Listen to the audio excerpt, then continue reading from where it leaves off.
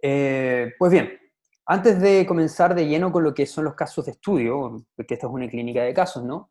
Quiero dar un pequeño pincelazo sobre algunos conceptos que creo que para mí son vitales que nosotros manejemos. Son conceptos que están en la literatura especializada en comunicación política y que nos van a ayudar a tener ciertas herramientas que son más frescas para poder todos juntos avanzar en este análisis y hacerlo de una manera un poco más sofisticada. El primer concepto que me gustaría, en el fondo, revisar es el de comunicación política, para ser lo más general posible. La comunicación política se define como un proceso interactivo y multidisciplinar de transmisión de información entre personeros políticos, medios de comunicación y la ciudadanía. Ahora, por información no entendemos solamente los datos, es decir, lo más duro que es la información propiamente tal. Por ejemplo, qué hacer en una eventual pandemia, sino que también a través de estos canales entre los gobiernos, la gente y los medios de comunicación fluyen ideas y fluyen opiniones. Eso es algo que tenemos que tener súper claro porque nos va a servir más adelante para lo que vamos a conversar. Ahora, lo más común es que este proceso sea vertical, ascendente, es decir, descendente, que parte desde la cúspide, es decir, desde el gobierno hacia abajo. Por eso también tiende a ser bastante estratégico y bastante planificado. Esto me refiero a que el gobierno básicamente envía información a través de su discurso oficial o a través de ruedas de prensa a los ciudadanos con objeto de, primero, influir en el conocimiento público, es decir, expandir lo que nosotros sabemos respecto a la pandemia, y por otro lado, persuadir nuestros comportamientos, es decir, que, por ejemplo, acotemos las medidas que se están adoptando. Acá es importante detenerme y aclarar, eso sí, que el proceso puede tomar distintas direcciones también. El proceso puede darse hacia abajo, es decir, sigue siendo vertical, pero parte desde las bases hacia la cúspide, ¿no? Eso es cuando las autoridades se enteran de lo que la opinión pública está pensando o está sintiendo a través de las encuestas de opinión pública, por ejemplo. Y la otra es una forma mucho más horizontal que tiene que ver con la comunicación entre los mismos personeros del gobierno y sus distintos intermediadores, sean estos otros tipos de representantes políticos como los parlamentarios o el Poder Judicial, pero también sus asesores y sus distintas contrapartes. Respecto al flujo vertical descendente, el que yo comenté que es básicamente el más habitual que encontremos en la comunicación de gobierno. Es estratégico, pues permite que los representantes políticos influyan en el proceso político y generen cambios en nuestras actitudes y nuestras conductas, lo cual pasa necesariamente porque ellos logren exitosamente establecer la agenda de temas públicos. Acá nos detenemos un poco en una teoría que en inglés se conoce como agenda setting. Básicamente se refiere a que la agenda pública está establecida gracias a la actividad de los medios de comunicación de masas. Los medios de comunicación de masas nos referimos en tiempos actuales básicamente a la televisión y a la prensa. A su vez, la discusión en los medios de comunicación se construye a partir de interacciones diarias entre periodistas y fuentes noticiosas. Muchas de estas fuentes noticiosas tienen que ser lo suficientemente relevantes e importantes para que de hecho tengan cabida en la discusión en los medios de comunicación. ¿Cuáles creen ustedes que es la fuente de información más productiva y más poderosa? Efectivamente, se trata del gobierno. Creo yo que el gobierno es la fuente más importante de información con la que cuentan los medios de comunicación, sobre todo en tiempos de crisis sanitaria. La comunicación gubernamental engloba actividades informativas de todos los organismos públicos y tiene por objetivo explicarnos y legitimar las decisiones que se están tomando. Esta comunicación tiende a ser masiva, es decir, le habla a una audiencia de corte nacional, es activa o proactiva, es decir, viene de la propia iniciativa del gobierno, el informarnos acerca de lo que está pasando, y es planificada, con más o menos detalle, pero se planifica. La reputación es lo que está más en juego cuando el gobierno se pone a la palestra de esta manera, ¿no? Y es justamente uno de los temas que vamos a tocar más hacia adelante. En tiempos de emergencia, estas actividades incluyen aquellas campañas que llaman a la ciudadanía a colaborar con ciertas políticas públicas que se están tomando. Muchos de estos planes, eso sí, como les dije, por mucho que se planeen, no necesariamente tienen que serlo. Simplemente pasa que los gobiernos tienen costumbre, y si vamos a ejemplos menos democráticos en el mundo, los gobiernos simplemente tienen el poder absoluto para hacerlo, están constantemente estableciendo la agenda. usando el canal de información masivo solo porque sí, sin ningún medidor de efectividad que les permita saber o el retroalimentarse respecto a los resultados de sus comunicaciones. Están constantemente comunicando y bombardeando con información sin tener muy claro qué es lo que están consiguiendo con eso. Este es uno de los aspectos más problemáticos de la comunicación de gobierno. Efectivamente lo vemos más común, es más común que esto ocurra en regímenes autoritarios, pero también a las democracias puede darse algunos problemas, que es lo que vamos a revisar más adelante. También quiero aclarar que existen otros formatos fuera de lo masivo, como son las comunicaciones que se dan a nivel interpersonal de grupos limitados. También el gobierno puede ser más un informador pasivo que activo. Esto quiere decir, por ejemplo, que las personas pueden ser las que están solicitando información de forma proactiva al gobierno. Cuando el gobierno no ha hecho ningún plan aún para comunicar algo, pero la gente la ciudadanía ya se está acercando a pedir esta información. Lo más común es que esto ocurra a través de los portales de transparencia. Como les dije anteriormente, o al menos les traté de comentar, mucho de esto que he puesto hasta ahora es básicamente un modelo muy tradicional de comunicación política. Para los que preguntaban, bueno, ¿y dónde está mi teléfono celular acá? ¿Dónde juega un rol mi feed de Twitter en lo que el presentador está diciendo? Pues bueno, eso es justamente el tema que está un poco haciendo terremoto en el campo de la comunicación política, que es el efecto de Internet, el creciente avance tecnológico y cómo esto está afectando la comunicación política vertical que les acabo de describir. Básicamente han aparecido nuevas plataformas y muchas de las discusiones políticas sobre los asuntos públicos se están trasladando desde la televisión y desde la prensa hacia las redes sociales. Con ello se ha ido fragmentando la audiencia masiva, abriéndose la arena comunicativa a todo tipo de flujos en todo tipo de direcciones. En definitiva, hoy es muy común que los asuntos públicos se discutan en conversaciones formales e informales entre miembros del público, sin que haya una intermediación directa de parte de los medios de comunicación tradicionales, es decir, ya no están intermediando en ese flujo que está pasando, por ejemplo, entre yo y mi amigo en un café, ni tampoco de los personeros políticos, que no pueden controlar este proceso, esta conversación que nosotros estamos teniendo. Les voy a adelantar aquí que mucho de lo que está pasando, de lo que la oportunidad que se ha abierto, que también es una dificultad, ¿cierto? Pero veámoslo como una oportunidad, es que tenemos mayor y más creciente capacidad de fiscalizar a nuestros gobiernos a través de estas conversaciones no filtradas en las redes sociales. Ahora, es en este contexto de rápido cambio sociotecnológico que irrumpe la pandemia. No cabe duda que ha sido una crisis de gran proporción, con consecuencias en muchas dimensiones. Muchas de estas consecuencias todavía ni siquiera podemos saber hacia dónde nos van a dirigir. Por lo cual, en un contexto así, desarrollar comunicación de gobierno, con campañas que nos informan y nos persuadan de hacer caso a las medidas que se van a tomar, para así convertirnos en agentes de cambio en nuestros entornos, es algo que se vuelve muy difícil. Esto implica una audiencia nacional en momentos en que el consumo de información está de hecho muy fragmentado. Por otro lado, debemos siempre tener en cuenta que una pandemia no se comporta como otros tipos de crisis, sean estas políticas o naturales. La tasa de contagio, por ejemplo, nunca es lineal. No es que sea una línea que nosotros podamos predecir. Puede darnos muchas sorpresas. Esto es además un campo minado en términos de estrategia y planificación. Lo que se planificó un día martes puede un día jueves parecer cuento o puede envejecer muy pronto, básicamente. Ese plan se va a ir a la basura. Es relativamente esperable entonces que la comunicación de los gobiernos sea en general muy improvisada. Con esto quiero hacer el alcance de que todos los gobiernos en este minuto, salvo excepciones muy particulares que son las que voy a discutir hoy, están en cierta medida improvisando. Esto en parte porque no tenían una planificación anterior para responder a emergencias de otro tipo que les sirva o que se pueda adaptar rápidamente al nuevo contexto, pero también se debe, como les digo, a cómo se desenvuelve una pandemia en sí. Bueno, aquí es donde yo pongo fin a esta revisión de conceptos y donde me gustaría ahora pasar a la parte un poco más entretenida, ¿cierto? Que es revisar algunos casos respecto a cómo se está viviendo la actual catástrofe viral en términos comunicacional y en términos global. Los gobiernos ante la crisis de la COVID-19, ¿no?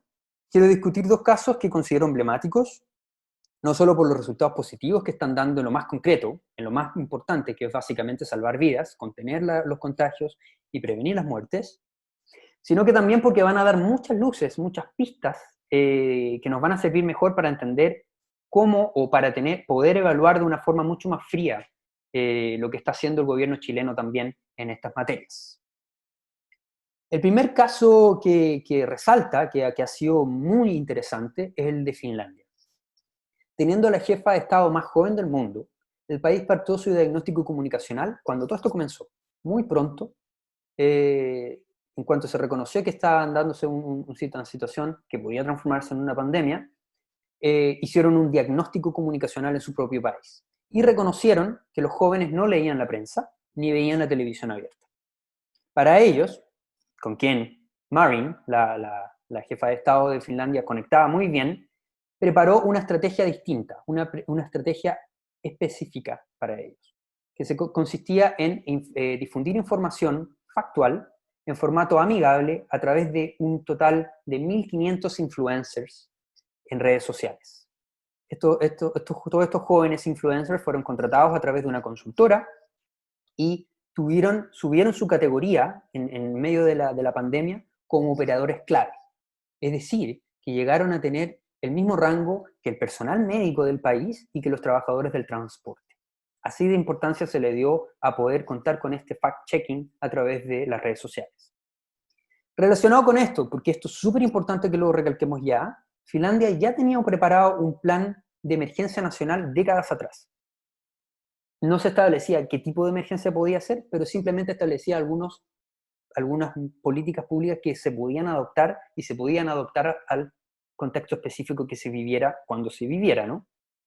Es así como ellos planearon muy prontamente tener una estrategia que asegurara la colaboración totalmente gratuita y voluntaria del sector privado en operaciones clave.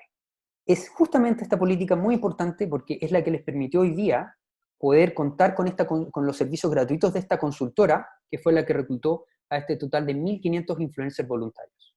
Es decir, no se está realmente desembolsando dinero público, sino que se toma como una campaña en la que todos los ciudadanos y ciudadanas tienen que apoyar. Eso a nivel de solidaridad en un país tiene un valor que no puedo ni siquiera cuantificar y que es justamente lo que se necesita en momentos de crisis como los que estamos viviendo. El otro ejemplo, el otro caso que ha sido muy interesante es el de Argentina. Aquí le voy a pedir a las personas que suelen irse a la histórica rivalidad entre Chile y Argentina, que dejemos de un lado eso por un momento y miramos fríamente el caso argentino porque me parece que está siendo muy interesante, al menos en la región. Primero que todo, Argentina ha sido uno de los países más preparados para recibir la pandemia en el Cono Sur. Con el fin de diversificar al máximo los canales de comunicación, los ministerios argentinos crearon un bot en WhatsApp y en Facebook Messenger.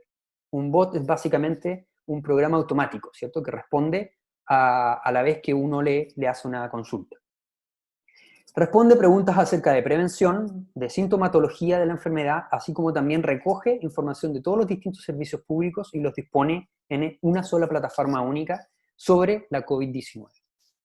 El bot funciona además las 24 horas del día, incluye un sistema de notificaciones en tiempo real a través de las redes sociales y viene a responder a una necesidad que los ministerios observaron muy prontamente en Argentina, que es básicamente la alta penetración de dispositivos móviles. En la misma línea se creó también una app móvil llamada Coronavirus, que en nuestros celulares permite a la gente no solamente autotestearse, sino que, es decir, como obtener una lista de todos los síntomas bien específicos que se dan con respecto a esta enfermedad para poder reconocerlos y poder tener una idea de lo que uno está viviendo, ¿no? Sino que también informarse en tiempo real de las medidas que está tomando el gobierno respecto a la pandemia. Es decir, las medidas que se están adoptando por las autoridades para que no haya ningún espacio para la confusión. Si la plataforma, si la app te está diciendo que el gobierno decidió, por ejemplo, poner una medida de confinamiento en cierta área de la ciudad, la app te lo va a informar. Esta app logró en su primer día tener más de 500.000 usuarios registrándose y testeándose en línea. Ambas soluciones no solo han permitido tener una llegada a los públicos más jóvenes, a los públicos que viven en un mundo digital, sino que además ayuda a detener rumores y fake news, porque como les dije, centraliza toda la información en una sola plataforma. En segundo lugar, igual que con el caso de Finlandia, es súper importante que tengamos en cuenta los antecedentes de esto. ¿Había un plan piloto antes? ¿Qué es lo que se estaba haciendo anteriormente a la llegada de la pandemia que permitió que se desarrollaran estos bots y estas aplicaciones tan rápidamente? Básicamente, Argentina ya contaba con una política comunicacional que fue establecida para lidiar con la emergencia de la gripe AH1N1, que hoy se usa como base, como antecedente, obviamente adaptándose al nuevo contexto, pero para ver cómo se puede empezar, ¿no? No se está empezando desde cero, sino que parte de la fórmula de la ecuación ya estaba escrita en la pizarra. Esta política fue publicada por las autoridades de gobierno de Entre Ríos, una gobernación específica del Estado Federal de Argentina, y está disponible para todos en línea. Establece que su objetivo es movilizar a la ciudadanía para que cooperen con las medidas adoptadas para prevenir el avance de la enfermedad, logrando a la par que se identifique a las autoridades de salud, y solamente a las autoridades de salud del país, como la única fuente confiable de información. Esto precisamente porque reconoce como riesgo la incertidumbre respecto de la gestión pública cuando se producen informaciones extraoficiales o contrainformaciones que se dan, ¿no? Que son las que más abundan en tiempos de redes sociales. Permítanme ahora, aquí si lo pueden ver en pantalla, les estoy compartiendo un fragmento de este reporte, de este documento. Pueden así ustedes ver el nivel de sistematización que tiene a través de columnas y a través de planes de acción. El documento busca servir de guía para que los medios de comunicación sean aliados en su función informativa y llama a evitar dos comportamientos que son muy peligrosos, sobre todo cuando vienen de un gobierno, como son el negacionismo. Recordemos lo que está pasando en Brasil, cuando un presidente, cuando los líderes de tu país están negando la gravedad de la situación, y para también prevenir el triunfalismo anticipado, que es básicamente lo que está pasando en Estados Unidos, y como comentó Alberto Pedro al comienzo, Alemania está reconociendo muy prontamente ya que hubo un poco de triunfalismo anticipado. Esperemos que eso no pase en Chile, y es parte de, de la clínica que vamos a estudiar respecto al caso chileno. Pero es interesante que el documento argentino ya prevenía sobre estas posibles situaciones con una gripe que se dio décadas atrás. Finalmente, dispone la apertura de canales de retroalimentación de la estrategia, con el fin de reorientar los planes, reorientar lo que se está haciendo a medida que se recibe feedback de la gente y de los medios de comunicación, por ejemplo. Pues bueno, habiendo ya repasado dos casos que son súper interesantes, nos toca ahora discutir la razón por la que todos estamos acá, ¿no? Que es lo que pasa en Chile. Es otro caso que sin duda es muy interesante, en cierta manera puede ser también controversial, y la idea es que nosotros, desde una mirada un poco más fría, establezcamos los patrones que se están dando y cómo también mejorarlos. La idea aquí es que podamos discutir planes de mejora de la estrategia de comunicación del gobierno. Sumado a los desafíos propios del avance sociotecnológico, que ya de por sí están complejizando mucho el cómo comunicarse en tiempos de pandemia, viene en Chile algo que es no único, está pasando en otras partes del mundo, pero sí propio del proceso político chileno, que es la crisis social que ha tenido al país dividido y al país golpeado desde mediados de octubre del año pasado. Uno de los efectos más duros de esta crisis social ha sido la evidente pérdida de legitimidad y liderazgo del actual gobierno de Sebastián Piñera. Con algunos ministros que están mucho mejor evaluados que otros, ciertamente el equipo de más alto rango está un poco con menos capital político del que quisiera recibiendo esta pandemia. Ahora, yendo a lo estrictamente comunicacional, quiero partir con un diagnóstico general del problema que yo siento que existe en Chile. Aquí ya se pone mucho más personal mi presentación, y luego voy a entrar en detalles en cada uno de estos aspectos.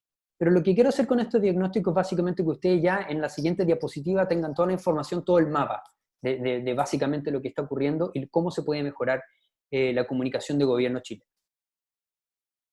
Aquí tienen el diagnóstico. Básicamente, mi argumento es que el gobierno chileno ha mantenido un modelo muy tradicional de comunicación política.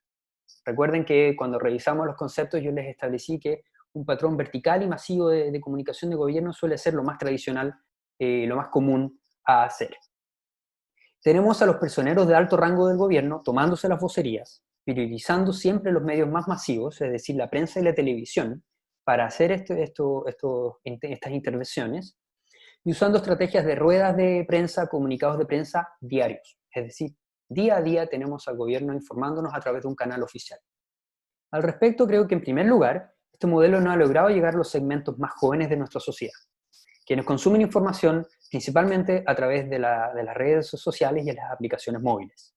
Es decir, se está descuidando un segmento importante de la población.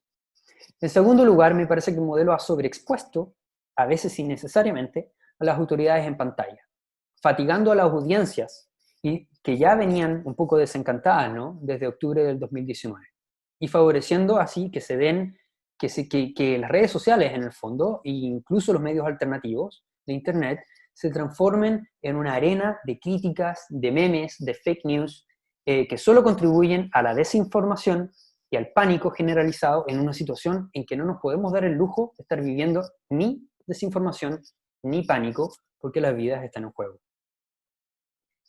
La sociedad chilena suele requerir de un liderazgo fuerte.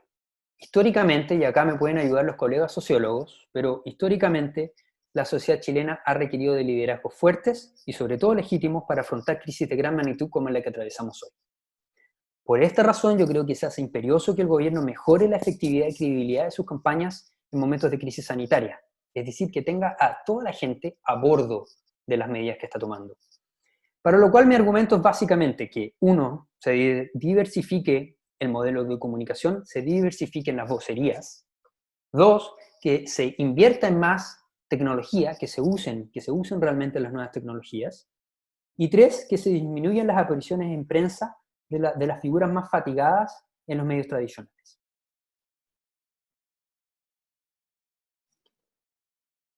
El gobierno ha insistido, desde que se dieron los primeros brotes de COVID-19 en Chile, en un formato de ruedas y comunicados de prensa, apelando a una audiencia masiva.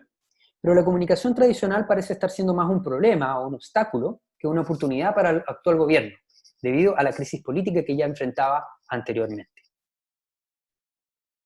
Las personas, especialmente aquellos de segmentos de la población más jóvenes, nacieron en un ambiente digital, prefieren compartirse información entre ellos y confiar más en sus contactos en las redes sociales que en contactos que no conocen, con gente que está en medios que no consumen. Recordemos que así lo reconocieron muy prontamente tanto Finlandia como Argentina para diseñar sus propios planes comunicacionales. Identificaron que los jóvenes no estaban consumiendo ciertos medios. Los jóvenes son por lo demás los que más necesitan ser socializados en una crisis como la que estamos viviendo. Son los que más necesitan comprender que las medidas que se están tomando con la campaña sanitaria son importantes y van a salvar vidas. Primero, porque jóvenes tienden a vivir la enfermedad sin mayores complicaciones, en muchos casos de forma asintomática. Y segundo, porque tienden a moverse más por la ciudad. Por ende, son los factores de mayor riesgo en el sentido de contagio. Como los jóvenes no se exponen realmente a los diarios dominicales, a las entrevistas que el presidente está dando en el Mercurio del domingo, ni a los matinales de TV donde se están constantemente invitando a distintos personeros del gobierno a discutir las medidas que se van a implementar, se requiere entonces otro tipo de estrategia, una más bien personalizada, lo que en inglés, en el campo de comunicación, se conoce como tailoring.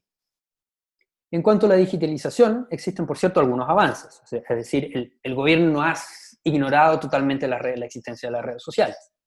Algunas autoridades, de hecho, se han vuelto muy asiduas al uso de Twitter y de streaming para darnos su opinión sobre ciertos aspectos de la crisis sanitaria, para convencernos de que ciertas medidas son importantes. Sin embargo, no se ha logrado mover a una digitalización que sea más compleja. El gobierno parece no solamente estar descuidando ciertos públicos al no utilizar ciertas tecnologías. Twitter es una de ellas, pero tampoco es que los más jóvenes estén en Twitter en este momento. También hay otras escalas de información, escalas que no son necesariamente la masiva. Por ejemplo, el bot de WhatsApp que se ha creado en el caso de Argentina apunta a la comunicación interpersonal. Otra escala, una escala que es privada entre yo como consumidor de información y el gobierno que me está entregando esta información unificada y centralizada. Esa información, ese canal se está descuidando en este minuto. Y a mí me parece muy relevante que se discuta cómo abordar una estrategia en este sentido. Si bien estoy aquí promoviendo que el gobierno recanalice sus mensajes y campañas a través de redes sociales, de aplicaciones móviles, moverse en este plano no viene exento de desafíos y cuidados. Las redes sociales no son la panacea en tiempos de crisis, ya que en un escenario volátil, donde es difícil tener control de las variables, por ejemplo, cómo se va a comportar el virus, o cómo se van a dar las conversaciones de las personas en las redes sociales pueden transformarse en tu peor enemigo si no están bien manejadas. Las decisiones políticas a las que algunos se exponen en la prensa y la televisión son crudamente fiscalizadas por la ciudadanía en las redes sociales, incrementando las chances de que se produzcan y viralicen fake news, o noticias falsas, trolling, memes. Por su parte, estas prácticas suelen conducir a una sensación de desinformación y de pánico en la población, que son, como sabemos, conductas bastante peligrosas en tiempos de alta mortandad. En escenarios como estos, con una legitimidad baja como saldo de la crisis social que ya veníamos viviendo antes de la pandemia, las autoridades no pueden dar espacio a vacíos informativos. Es decir, eso no puede ocurrir. No se puede dar este flanco fácil en el fondo que aplane el terreno para las fake news. La comunicación de gobierno debe ser coordinada, única, precisa, para reducir los ruidos, pero también para reducir al máximo la posibilidad de dobles interpretaciones. Hasta ahora ha habido en efecto casos de comunicación descoordinada y errática por parte del gobierno. Esto ha sido además tema de mucho debate en los medios online y en Twitter por parte no solamente de la ciudadanía, sino que de los expertos. Les puedo dejar aquí un ejemplo de una columna que no salió hace mucho tiempo atrás, en que duramente se critica las campañas de gobierno, en el fondo tratándolas como que es más un ensayo que algo que venía planificado. Por otro lado, tenemos los tweets de los líderes de opinión. Siempre es una buena práctica, independiente de que los tweets sean públicos, siempre es una buena práctica mantener esto anonimizado, a pesar de que son gente que probablemente todos ustedes conocen. Estos tweets son de líderes de opinión conocidos, pero preferí mantener los nombres anónimos por respeto y porque no saben que en el fondo voy a utilizar estos ejemplos en esta presentación. Pero sí es importante para que ustedes puedan darse una idea de cómo se está discutiendo en las redes sociales, en las conversaciones que no son controladas por el gobierno, una fuerte fiscalización de lo que el gobierno está haciendo en términos comunicacionales. ¿Se entiende la idea, no? Las encuestas han demostrado que más del 60% de los chilenos confía poco o nada en la información entregada por el Ministerio de Salud. El caso más citado ha sido el del ministro Mañalich, que, por si bien recuerdan, cuando anunció las primeras cuarentenas en la región metropolitana, las anunció sin detallar en la misma conferencia, en la misma oportunidad, lo que implicaba esta medida. Eso llevó inmediatamente a una explosión en las redes sociales que ni se imaginan. Es decir, las redes sociales explotaron con críticas a que cómo era posible que se llamara cuarentena, a que todos nos teníamos que confinar, sin explicarnos en qué consistía la cuarentena. Acto seguido, mucha gente corrió en estampida a los supermercados para abastecerse, exponiéndose en forma masiva a un posible contagio. La medida tampoco se comunicó de forma interpersonal, es decir, no masiva, sino que de una forma más privada a los alcaldes, de modo que ellos supieran anticipadamente que esto se iba a hacer. Otro error importante, como digo, el gobierno está tendiendo a descuidar otros niveles de información que son más acotados.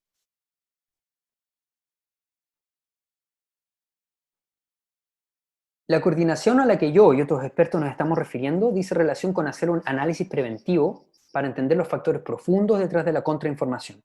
Es decir, yo como personero de gobierno me pregunto, ¿hay contrainformación en las redes sociales? ¿Qué está pasando? En efecto, las crisis en redes sociales no nacen realmente allí. Surgen en el escenario fuera, en lo que llamamos el mundo real, y tienden de nuevo a desembocar en canales digitales donde se viralizan. Por eso es siempre importante que el gobierno, el esquema comunicacional de gobierno, haya un área que se dedique al monitoreo preventivo. También debe hacerse un fact-checking continuo, proactivo, e instar a los medios de comunicación tradicionales a que se hagan cargo de desmantelar fake news, es decir, que sean un aporte más que un enemigo en tiempos de unidad nacional. Finalmente, y acá nos vamos al tercer y último tema que quiero tratar hoy en esta charla, es importante no sobreexponerse durante la crisis de credibilidad. Si tú como gobierno estás enfrentando una crisis de fake news, o de teorías conspirativas, o de trolling en Internet, no es oportuno que tú salgas en cada conferencia de prensa a simplemente tratar a esta gente como que está mintiendo, como que está atornillando al revés, etc. Eso primero es sobreexponerse, es darle importancia y inflar la importancia a gente que ni siquiera quizás había enterado que se estaba dando esta crítica en las redes sociales. Entonces tú les estás haciendo saber que está siendo criticado. Y finalmente, porque en muchos casos la respuesta viene desde la emocionalidad. Y cuando las autoridades con baja legitimidad reaccionan con emocionalidad ante una audiencia masiva, solamente incrementa el ritmo de este ciclo de críticas y este ciclo de trolling. Es decir, imagínense que un ministro reacciona de forma enojada frente a lo que está pasando en Internet, la respuesta, la repercusión de eso en Internet va a ser aún el doble. Así que, en el fondo, el llamado es a no sobreexponer a las autoridades en tiempos como estos. Es así como cierro entonces con un último tema mi presentación. Se trata de la fatiga comunicacional del gobierno, que es algo particularmente problemático cuando ya, como decía antes, se sufre de cierta fatiga política. Como es fácil deducir, la legitimidad de un gobierno conduce a un escenario comunicacional dado. Este escenario comunicacional va a ser óptimo si la legitimidad es alta. Si la aprobación, por ejemplo, del presidente es alta, gran parte del trabajo comunicacional ya está hecho. La gente va a escuchar automáticamente al presidente, va a hacerle caso, no va a criticarlo y va a pensar que se vive un momento de solidaridad y unidad nacional. Esto es justamente lo que se ha tomado muy desafiante para el actual gobierno chileno. En plena crisis, el equipo de comunicaciones de presidencia, obviamente sabiendo esto, buscó darle a Piñera un carácter republicano, para que él como líder diera más confianza a la población en un ambiente de temor. Es muy pronto para saber si el objetivo original se ha alcanzado o no. Estamos en pleno desenvolvimiento de esta crisis, por lo cual no sabemos si esta nueva estrategia de comunicación está dando resultados. Pero lo que sí es evidente es que la crítica ha llevado a sobreexponer al presidente mediáticamente y genera una suerte de fatiga comunicacional de su figura. Aquí puedo mostrarles que se hizo un intento posterior, una segunda campaña, cuando se dieron cuenta que se le estaba dando demasiado protagonismo solamente a la figura del presidente, se hizo una nueva inversión en una nueva estrategia de comunicación que optó por utilizar vocerías rotativas. Ahí es cuando nosotros hace un par de semanas atrás ya comenzamos a ver a Daza y a otros personeros de políticos junto con el ministro de Salud. Es decir, se le baja un nivel el rango a los que pueden ser voceros oficiales del gobierno. Esto, a mi juicio, es súper bueno en términos de señal, pero ha tendido a sobreexponer ahora a otros altos mandos, porque a pesar de que baja un poco el nivel de rango, sigue estando muy alto para lo que nosotros podíamos desear. Además, la operación en sí, dado que costó dinero, ha sido duramente criticada. Tenemos que recordar que los ojos críticos están puestos encima, están sobre el gobierno, esperando que cometa el más mínimo error o el pequeño vacío informativo para ir y atacar, como ya venía siendo la tónica desde la crisis social. Pretender que un virus iba a borrar esa situación era un poco apresurado, un poco triunfalista. Había que tener en cuenta que los prisioneros políticos están siendo juzgados por cualquier cosa que hagan. Entonces es mejor mantenerse en un perfil un poco más tras bambalinas, ¿no? Del control de lo que estamos hablando. En definitiva, sea con un plano o con el otro, el presidente Piñera ha sobreexpuesto los medios. Ha aparecido de forma oficial en la televisión, sea esto como un discurso oficial o como una conferencia de prensa, un total de 17 veces desde que se dieron los primeros casos de COVID-19 en el país. Ello sin contar todas las entrevistas que ha dado los diarios, sobre todo los diarios dominicales, y sus tweets. Podemos ver en este gráfico, el que les estoy compartiendo aquí en pantalla, que en comparación, el presidente de Francia solo ha hablado a su gente 3 veces durante el mismo periodo. Lo enfatizo, solamente Macron ha hablado 3 veces en el mismo periodo en el que Piñera ha hablado 17 veces. Por su parte, el presidente de Italia ha dado 5 de estos discursos públicos en el mismo periodo. Tenemos que tener en cuenta que el presidente de Italia recibió una crisis sin magnitud, es decir, no puede compararse en términos de gravedad con lo que está pasando actualmente en Chile. La crisis en Italia ha sido devastadora, requería un presidente activo que se muestre en cadena nacional y que trate de controlar a su población y mantener el orden. Algo similar ocurre también, debo decirlo, con el ministro Mañalich, que ha sido la segunda figura más expuesta después del presidente Piñera, además de otros ministros, ministras y secretarios que, como les digo, mantienen un poco el alto rango del equipo de gobierno. De este modo, no solo el presidente es el locutor que más está expuesto, sino que además no hay mucha claridad sobre las jerarquías de la información. A veces nos hemos enterado de medidas cruciales para nuestras vidas, a través de una entrevista, por ejemplo, o a través de una cuña en la prensa. Y otras veces se han dado cadenas nacionales muy largas desde Palacio, en que se ha redundado en ciertos temas y que no se ha anunciado ninguna medida, o sea, simplemente reiterado medidas que nosotros ya habíamos tenido confirmadas antes durante ese día por autoridades de menor rango. ¿Cuál es mi argumento aquí? Que la sobreexposición y consiguiente fatiga comunicacional en un ambiente adverso como en el que vivimos está justamente abriendo flancos a la crítica. Sean fake news, sean teorías conspirativas, aquí les estoy dando unos ejemplos, ¿cierto? Y lo que es más dañino de todos, una audiencia fiscalizadora enorme que está esperando siempre el siguiente error. Muchos de estos errores además son prevenibles. En efecto, podrían evitarse si el gobierno no quisiera el protagonismo absoluto en esta crisis. Y si se abriera también a compartir el escenario con otros actores de peso que no necesariamente sean del gobierno central. Aquí es donde yo quiero ir a un punto súper importante, que es básicamente cómo mejorar esto, ¿no? Entre las medidas que podrían tomarse para reforzar el liderazgo comunicacional del gobierno en materia de COVID-19, se requiere levantar una plataforma centralizada con un grupo limitado pero diverso de vocerías autorizadas. En ese sentido, la diversificación no solo corre para los canales y tecnologías con el fin de llegar a todos los públicos, es decir, lo que conocemos en el campo de comunicación como el medio, sino que también, como lo mencioné ya antes, en el sentido del emisor.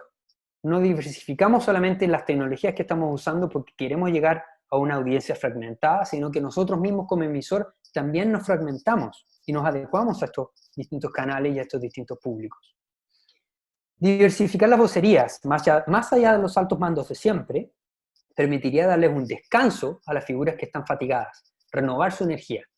Lo importante en esta estrategia es que, a pesar de tal nivel de fragmentación del portavoz de gobierno, el mensaje sea siempre, y ojo, esto es súper importante, que el mensaje se mantenga siempre consistente a lo largo de toda esta cadena de vocerías que se han diversificado. Pues bueno, con esto yo empiezo a darle como por finalizada mi intervención. Me gustaría sí hacer un último alcance. Voy a parar de compartir mi pantalla y aparecer entero. Básicamente quiero reflexionar con algo que ha pasado en el último tiempo respecto al colegio médico. Hace casi un mes atrás teníamos al colegio médico en una trinchera comunicacional contra el gobierno, que comenzó por su parte a hacer sus propias labores alternativas de información para tener a la ciudadanía bien comunicada respecto de la pandemia. Mucho de esto tuvo un precio muy alto en la centralización de la información. Y solo pudo superarse cuando finalmente estos dos actores, el Colmed y el gobierno, decidieron reunirse y los comenzamos a ver en pantalla en conferencias de prensa unificadas, ¿cierto?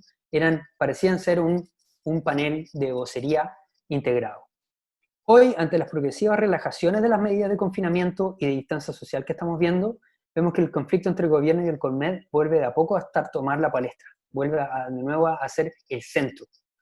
Nosotros los ciudadanos somos los que más nos vamos a ver beneficiados desde que tengamos una plataforma única y oficial de información, que se expanda hacia los lados, que incluya, por ejemplo, al Colmed de forma eficiente y eficaz, como punto de distribución de mensajes de campaña de gobierno. Entiendo aquí que no estamos preparados, como otros países desarrollados, para tener una tropa de influencers en Internet. Pero tal vez sí podemos dar un paso y atrevernos a tener actores no gubernamentales y rostros, tales como las celebridades, por ejemplo, adheridos a las campañas de gobierno. Esto nos tendría a todos más tranquilos y ciertos de que las cosas se están haciendo bien. Conflictos como estos son los que más tienen que evitarse, conflictos como el de Colmed y el gobierno. Si queremos que una continuación de gobierno parezca fluida, parezca continua, precisa, oportuna y que finalmente haga su trabajo, que es salvar vidas. Gracias a todos por su atención. Espero que mi presentación haya sido interesante y dejo ahora el foro abierto para sus preguntas y comentarios. Y así vamos a ir un poco redondeando la reflexión final a la medida que recibo su retroalimentación. Gracias. Bien, muchas gracias, David. Gracias por tu presentación. La verdad se agradece una presentación, una opinión respecto a las comunicaciones desde la racionalidad y no tantos comentarios que hemos escuchado en el último tiempo que vienen más de la guata, ¿no? Comentarios en redes Ujú. sociales y eso sobre la estrategia del gobierno. Algunas preguntas que han hecho algunas personas que están aquí hoy. eh, Hay, quizás la que más se ha repetido y la que más te quieren hacer es ¿cuál es tu evaluación respecto a esta pugna que hay entre municipios y gobierno? ¿Cuál ha sido la estrategia de comunicación de parte de los municipios? ¿Está bien? Ujú. ¿Cómo abordarla? Etcétera. Perfecto. Bueno, de hecho yo tenía un poco más de material preparado que no lo incluí por tiempo, pero esto me da la oportunidad de mencionarlo. Eh, yo también tenía una batería de casos que han sido erróneos en otros países. Uno de ellos es el caso de Italia. No podemos, obviamente, achacarle todo el problema que están teniendo con el nivel de contagio y mortandad a lo comunicacional. Eso, es decir, hay otros temas que cada vez son mucho más relacionados con la salud pública, pero sí hay cosas que se podrían haber prevenido. Una de esas es justamente la descoordinación que hubo entre lo que el gobierno central quería hacer y lo que los gobiernos regionales y autoridades locales empezaron a hacer en términos de llamados a la población. Eso es justamente algo que tenemos que prevenir, que ya tenemos el ejemplo ya en el pasado de cómo resultó y que esa descoordinación tiene un precio, un costo que puede ser muy alto para nosotros.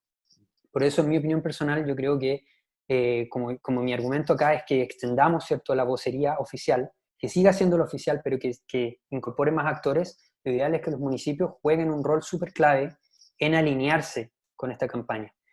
Eso pasa por voluntades de ambos lados, o sea, la voluntad de los municipios de querer efectivamente no hacer, a pesar, cualquiera sea su lado político, ¿cierto?, de no estar en tiempos de permanente campaña presidencial, por ejemplo, que se da en algunos municipios muy claramente, dejar eso de lado, eso es un momento, no es un momento para hacer esto, y ponerse en el fondo, adecuarse al contexto y ponerse, arremangarse las manos para ir a conversar con el gobierno. Pero por otro lado, el gobierno también tiene que abrir ese canal, tiene también que haber hecho en algún momento una reunión con todas las autoridades clave, sean desde lo que es las gobernaciones regionales, las intendencias, ¿cierto?, y los municipios en una tabla redonda para que se pudiera discutir cuál iba a ser el paso a seguir. Eso todavía estamos a tiempo de hacerlo, creo que es súper valioso que se tome en consideración y podría ayudarnos a mejorar esta coordinación. Perfecto. Después, tú mencionaste de pasada que esta crisis, la de la pandemia, era diferente a otras crisis. Entonces ahí inmediatamente hubo dos preguntas muy interesantes que Ujú. decían, claro, ¿cómo evaluar a un presidente que, así a grandes rasgos, supo abordar crisis como, no sé, la del terremoto del 2010, el rescate de los mineros, que son crisis que son de nivel nacional? Claro. ¿Cuál es la diferencia quizás, porque quizás se está aplicando el mismo modelo de control en esta Ujú. crisis, digamos, y es una crisis que tú mismo dices que es distinta? ¿Por qué es Ujú. distinta y cómo comunicacionalmente se comunica, valga la redundancia, distinto un terremoto que una pandemia como esta? Perfecto. Pongamos el ejemplo de los mineros primero. El ejemplo de los mineros es súper claro en el sentido de que es una crisis que ocurre una vez. Ocurre una vez, se caen las piedras, la gente queda atrapada en la mina y no hay otro objetivo que salvar a esas personas. El objetivo es uno solo, es súper sencillo y está en el norte. El gobierno tiene que básicamente arremangarse de camisa, ponerse a trabajar con equipos técnicos y equipos científicos para lograr el rescate de los mineros. Mientras tanto, se comunica paso a paso lo que se está haciendo, la tecnología que se está invirtiendo, que no se están dejando estas vidas atrás, que se está apoyando psicológicamente a las familias. Es un esfuerzo que es mucho más controlado. Una pandemia no es algo que ocurre una sola vez. Así como estamos viviendo actualmente una línea progresiva, pero controlada, de incremento de contagios, esto en cualquier minuto puede explotar. Puede explotar para abajo también. Puede ser que nosotros veamos que el pic de la enfermedad está bajando, nos confiemos de eso y vivamos una etapa de triunfalismo. La gente se sienta más suelta de salir a la calle, de que esto ya se terminó, y ya ha pasado en otros países, como Japón actualmente, nuevamente la enfermedad repunta. Tiene un comportamiento súper errático. Pero también tengo que decir que el modelo de comunicación, a pesar de que haya funcionado en crisis anteriores como el terremoto, que nuevamente se parece mucho a la crisis de los mineros porque se dio una sola vez, es un solo movimiento fuerte de tierra, y lo que viene después es reconstruir. Como decía antes, es un objetivo claro en el norte. El objetivo claro en el norte es súper difuso con una pandemia. Un día puede ser controlar la enfermedad, el otro día puede ser contar con más insumos médicos para poder paliar, para poder tener a la gente sobreviviendo en los hospitales. Tercer día pueden ser cosas que pasan por los lados también, como por ejemplo, ¿qué vamos a hacer con el teletrabajo? ¿Qué vamos a hacer con las pymes? ¿Qué vamos a hacer con los aeropuertos? ¿Vamos a tener un control sanitario o no? Son millones de medidas que se están tomando al mismo tiempo, que cada cartera específica del gobierno tiene que hacerse cargo. Si no hay una centralización y una coordinación general ahí, es muy difícil que no se generen estos flancos que yo les llamo para que la gente comience a fiscalizar de manera muy dura lo que se está haciendo. Entonces, por un lado, para ordenar un poco el panorama, sería que el objetivo es menos claro, que no es solo uno además, sino que son varios. Y por otro lado, la respuesta del gobierno tiene que ser súper centralizada, que es algo que es difícil de conseguir en tiempos de baja legitimidad como lo que se está viviendo ahora. Perfecto. Recordemos también, y quiero hacer un alcance ahí, ¿Sí? que Piñera recibió al país con el terremoto, pero siempre cuando un gobierno recibe con alta aprobación, con alto, perdón, votos, un país, obviamente la gente está expectante de que se hagan las cosas bien. No está esperando constantemente que se hagan las cosas mal, que es el midterm, como le decimos en inglés, ¿cierto? El punto medio que está viviendo este gobierno actualmente. Perfecto. Otros participantes quieren saber tu opinión sobre la estrategia del gobierno de crear mesas técnicas, mesas Uh -huh. políticas. Si te parece bien esa estrategia. Me parece bien siempre y cuando sean deliberativas. Es decir, que efectivamente, por ejemplo, lo que hablo de la sobreexposición, ojalá no le demos tanta bulla a la mesa técnica. Constituyamos la mesa, reunámonos y definamos patrones, un lineamiento general que sirva para todos los actores para que no estemos remando al revés, como se dice, ¿no? Entonces, para mí es importante que se den esas mesas técnicas. Sé que para mucha gente que es más pro gobierno, esto va a sonar mucho como lo que se hacía en el gobierno anterior. Y entiendo también que se quiera dar un sello comunicacional distinto a cada administración distinta, ¿no? Pero creo que por lo mismo, tratar de bajarle un poco lo comunicacional a la mesa, pero sí realizarla y sí coordinarse es súper importante. O sea, no podemos darnos el lujo de no estar coordinando en este minuto en todos los estamentos y todos los niveles la respuesta comunicacional que se quiere dar a la pandemia. Así que me parece que las mesas son bienvenidas mientras funcionen. Perfecto. Inevitablemente, mientras hablabas, algunos comentaron los comentarios de algunos ministros, bueno, puntualmente de un ministro, respecto al rol que ha jugado la prensa en esta crisis. ¿Cuál es más que la evaluación de cómo lo ha hecho la prensa, o que quizás también la puedes dar si quieres, cuál es el rol que tiene que jugar la prensa? Claro, esto ya no es comunicación política necesariamente, pero ¿cuál es el rol que tiene que jugar la prensa en todo esto? Bueno, si nosotros, por ejemplo, hiciéramos caso a la planificación general que hizo Argentina para poder lidiar con el caso de la gripe AH1N1, ellos establecieron un objetivo súper claro y esto es un plan estratégico, lo cual quiere decir que hay un objetivo, una actividad a realizar para cumplir ese objetivo y un canal de retroalimentación posterior. Uno de los objetivos clave era tener a la prensa súper alineada, es decir, que fueran no tornillos que están siendo atornillados al revés, sino que a favor del gobierno. La idea de eso es generar una sensación de solidaridad y de unidad nacional, que es justamente lo que falta en este minuto.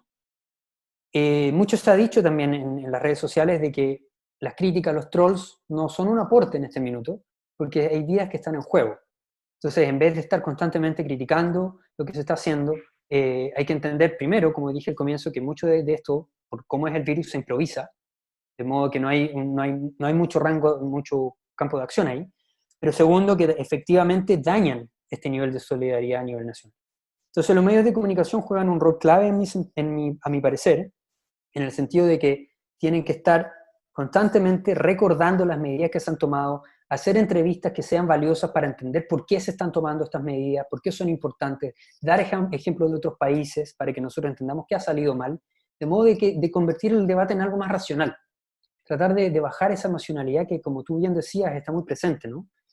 Porque con la emocionalidad lo primero que se activa es el pánico, ¿cierto? El pánico a salir a comprar al supermercado, el pánico en definitiva a exponerse más y cometer tonterías.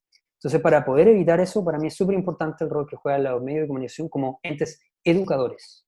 Más allá de que estén fiscalizando, la fiscalización ya se va a dar sí o sí en las redes sociales. Eso nadie lo puede controlar, pero sí podemos tener a los medios como aliados en términos de educación y en términos de campaña. Perfecto.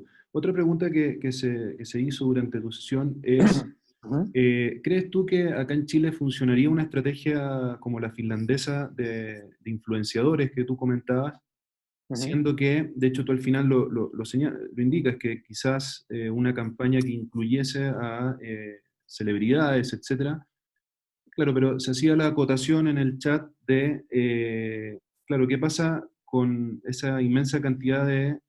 A ver, es un impedimento que la inmensa cantidad de influenciadores y celebridades que estuvieron a favor, por ejemplo, de las manifestaciones de octubre, a partir de octubre, ujú, ujú. es un impedimento para participar en un tipo de campaña de control de la pandemia?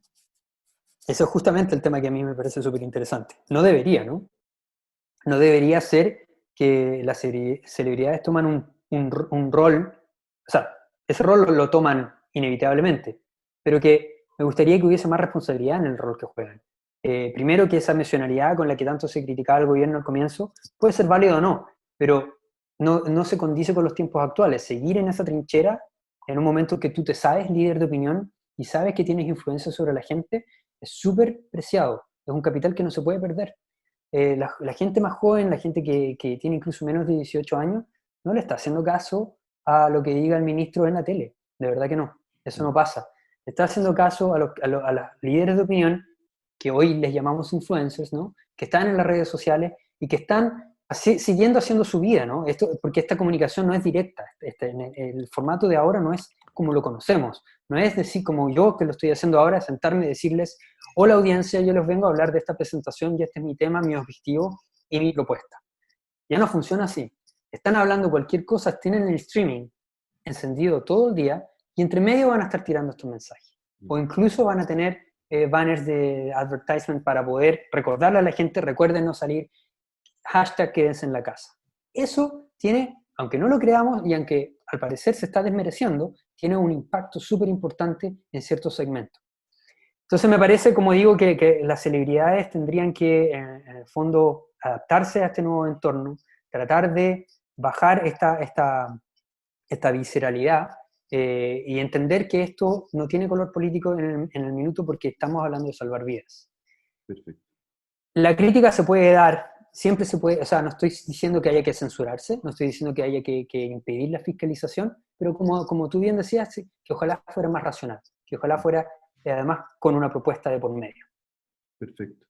Bien, ahora quisiera hacer un pequeño, no sé si llamarlo experimento, pero todos los que están, los 143 que siguen conectados, hay un Ujú. botón de levantar la mano, por si alguien quisiese tomar la palabra, porque se está dando un diálogo muy bueno en el chat, pero claro, mientras le hago las preguntas a David no Claro, alcanzo, yo no lo veo. claro.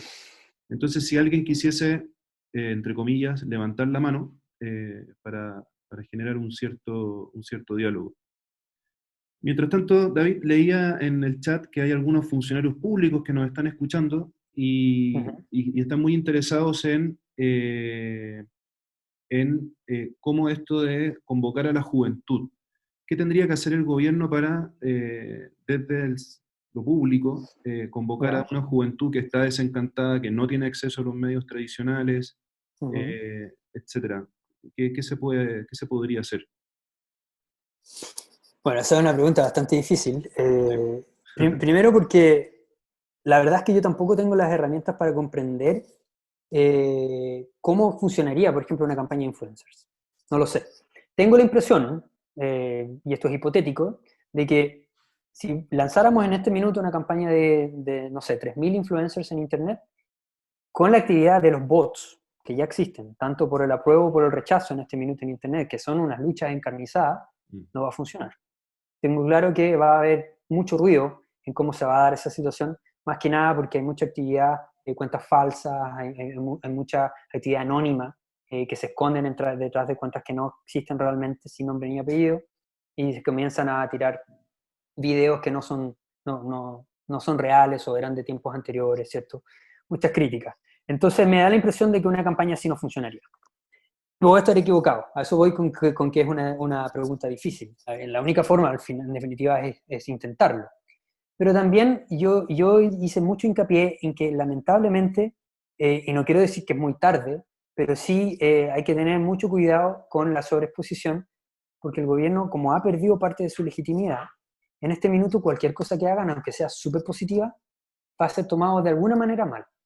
Las redes sociales están ahí esperando, o un sector de las redes sociales está esperando para poder desmantelar eso y encontrar que la plata que se invirtió en eso fue muy caro, o que el personero que está a cargo de eso tiene este pasado. Siempre está constantemente en la palestra esto. Entonces, para mí, yo diría que lo ideal para reencantar a los jóvenes es lo contrario. Puedo nuevamente equivocarme, no se tome esto como un plan de acción, pero en mi opinión yo creo que quizá lo mejor en este minuto es dejar que los jóvenes encuentren sus propias formas de comunicarse y de hacerle caso a la campaña.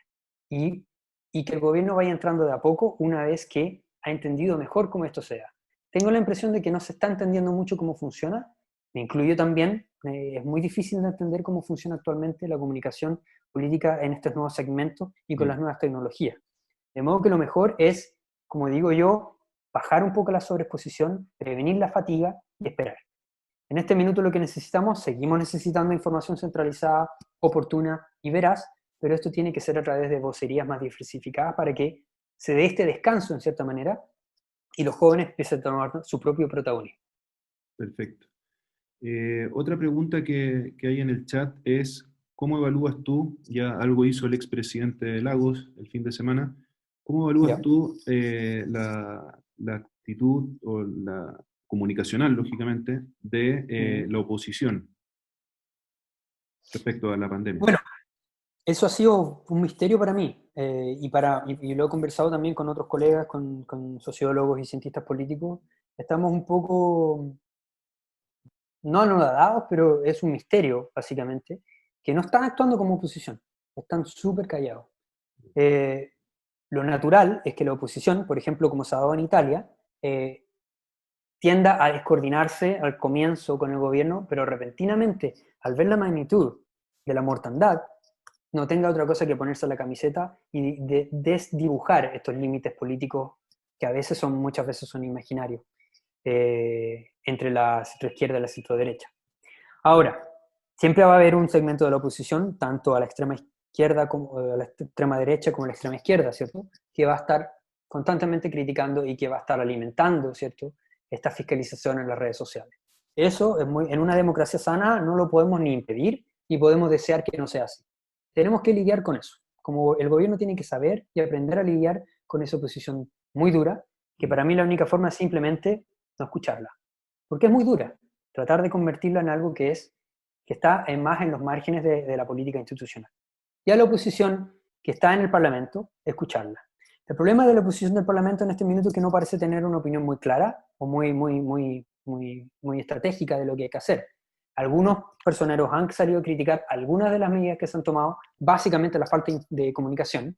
Lo más criticado hasta ahora ha sido cuando se instauraron las cuarentenas por primera vez y no había mucha claridad de cómo iban a funcionar, ¿cierto? Ese fue un flanco una herida muy abierta que dejó el gobierno en ese sentido. Y ahí es cuando la oposición yo la vi súper activa. Pero no proponían nada tampoco. No es que tengan un plan B, que digan, el gobierno no lo está haciendo bien, nosotros creemos que se tiene que hacer así. En este minuto se tienen que estar dando instancias como la que estamos viviendo actualmente para que los expertos den su opinión sobre lo que está pasando. La oposición no parece estar dándola. Entonces ahí es importante que la oposición cumpla su rol también y se mueva rápidamente en si no va a colaborar, que entonces contribuya a través de una contrapropuesta. Perfecto. Y ya para ir terminando, sigo con algunas preguntas que han salido en el chat, que son Ya. varias. Nos escriben desde Colombia preguntando, tú mencionaste algo de la estrategia de Argentina con una aplicación. Bueno, efectivamente, como bien dicen en el chat, Colombia también ha tenido una aplicación bastante buena, que ha sido bastante reconocida en la prensa. Ujú. Bueno, el gobierno chileno también sacó una aplicación hace unos pocos días. ¿Cuál es el rol propiamente de la aplicación? Porque una cosa es la comunicación en redes sociales, lógicamente también en medios tradicionales, pero ¿cuál es el rol que juega? ¿Es simplemente preventivo el rol de una aplicación? Eh, Puede ser más simbólico. Esa es una pregunta súper interesante. En lo concreto, en lo inmediato, es efectivamente una plataforma de información unilateral, en el sentido de que como uno está interactuando con un robot, en la mayoría de los casos, no con un staff de gente que está ahí respondiendo en tiempo real, estás recibiendo información unilateral que ya fue pregenerada, ¿cierto? Que te ayuda a mantenerte informado, sea de los síntomas de la enfermedad, es decir, lo que tiene que ver más con la salud, pero también lo que es más estrictamente más de control sanitario, como son las medidas que están tomando el gobierno en términos de cuarentena, de confinamiento, etc. Pero nosotros en este análisis no te podemos descuidar que también hay un elemento simbólico, ¿no? Un elemento que es más cultural y que es súper importante que lo tengamos presente. Al yo estar interactuando en esta especie de canal más privado, más íntimo de comunicación con las autoridades, yo me siento parte del proceso, yo me siento parte de la solución. Yo sé que si me tengo que quedar en la casa y lo que significa quedarme en la casa, el impacto que tiene, que entre paréntesis es otro análisis que en Chile se ha dado pobremente, y ahí es donde los medios de comunicación podrían jugar un rol súper importante, que es con datos duros informarnos del costo que tiene no acatar las medidas de control. Cerrando paréntesis, volviendo un poco a eso, me refiero a que básicamente te hace sentirte parte de la solución. Y creo que eso no lo podemos dejar de lado. Los jóvenes quieren sentirse parte del proceso político, sí o sí. Lo que pasa es que están desencantados con el proceso tradicional de la política, lo que no quiere decir que no sean entes políticos. Lo importante aquí entonces es encontrar las maneras de convencerlos de que pueden participar, de que pueden ser un aporte. Y la app para mí puede ser una oportunidad, se tiene que ver como tal. No es solamente para informarnos, sino que también es para nosotros sentir que estamos siendo parte de la solución, sentir que nosotros estamos siendo parte de la campaña y que vamos a salvar vidas con nuestro pequeño ínfima contribución que es quedarnos en la casa, por ejemplo, o usar el material protectivo que hay que usar cuando se sale a la calle. Perfecto. Y una última pregunta, que insisto, estoy dejando muchísimas preguntas en el tintero, pero ya se nos acaba el tiempo.